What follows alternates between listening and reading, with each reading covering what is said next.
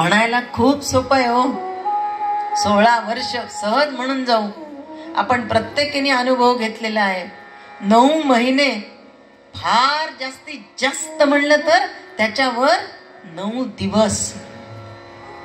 9 महिन्यानंतरच्या यातना आत्ताही आठवल्या तरी अंगावर काटा येतो. नको रे बाबा ते यातना. आत्ता आपण कितव्याही वर्षामध्ये पदार्पण केलं तरी म्हणतो त्या अरणीचं कौतुक आहे की जिनी 16 वर्ष गर्भ सांभाळला. वेद व्यास त्यामध्ये होते, त्यामध्ये शुक महामुनी होते. ते कौतुकाचं नाही तर अरणीनी तो गर्भ 16 वर्ष सांभाळला याचं कौतुक होतं. का सांभाळला, का आले नाही? कारण त्यांना भीती होती. बाहेर आलो तर माया माझ्यावर आघात करेल, मायेचा प्रभाव माझ्यावर येईल आणि म्हणून मी बाहेर येणार नाही. वेद व्यास ज्यांनी 4 वेद, 6 शास्त्र, 17 पुराण, उपपुराण, आता 18 पुराण लिहिली, ते म्हणतात बेटा शुका बाहेर ये, बाहेर ये. ही माया तुला बाधू शकणार नाही. मी तुझा बाप तुला सांगतो.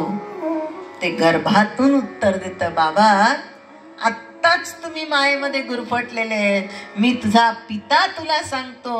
अहो मायेमुळेच जडलेलं नातं आहे हे.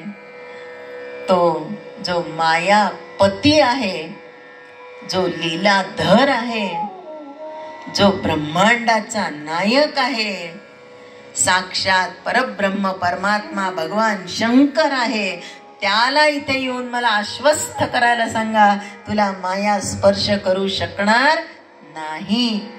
जेव्हा तो येऊन सांगेल तेव्हा मी बाहेर येईल.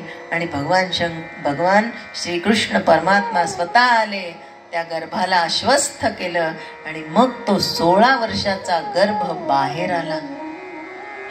नुसता बाहेर नाही आला, उघडाची पळाला. जन्मताना कोणत्या रंगाचे ड्रेस होते नाहीये. आज लाल उद्या नारिंगी आहे. ताना पिही निपाजा या धनुष्याचे, इंद्रधनुष्याचे रंग आपण भागवतामध्ये वेगवेगळे रंग घालणार का घालणार आहेत? कारण भगवान श्रीकृष्ण परमात्म्याला